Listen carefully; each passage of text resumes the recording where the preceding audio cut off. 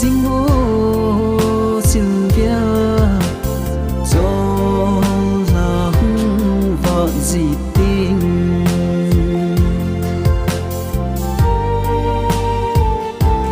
học trong cho giống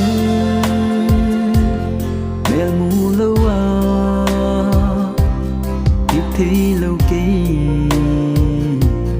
mẹ em vô tim lung sung dòng hi cọp gì tay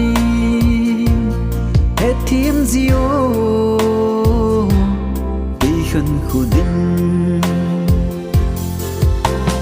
có lung lại như là chạm dinh nhé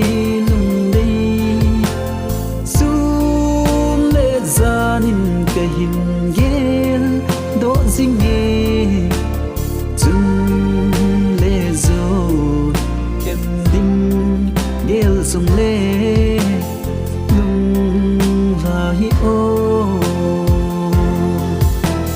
mô lệ la nhìn ấy khăn giống khi gheo đó dừng khi tê ngày nu này những gheo đó dinh ô Sylvia cho là vợ gì tình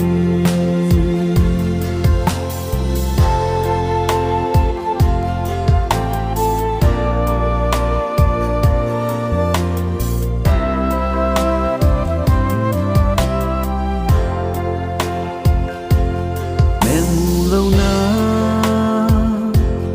son gì tình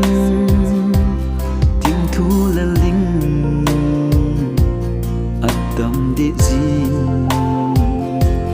một số tài đi tìm thu lên ta lúng xin na api li tai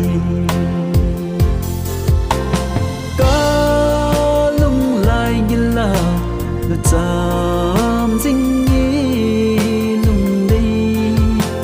xuống lệ ra nhìn cái hình ghé đó dinh nhé chừng lệ rồi em đinh ghé sông lệ lung là hi ô mô lệ la nhìn ấy khăn giống khi gheo đó dừng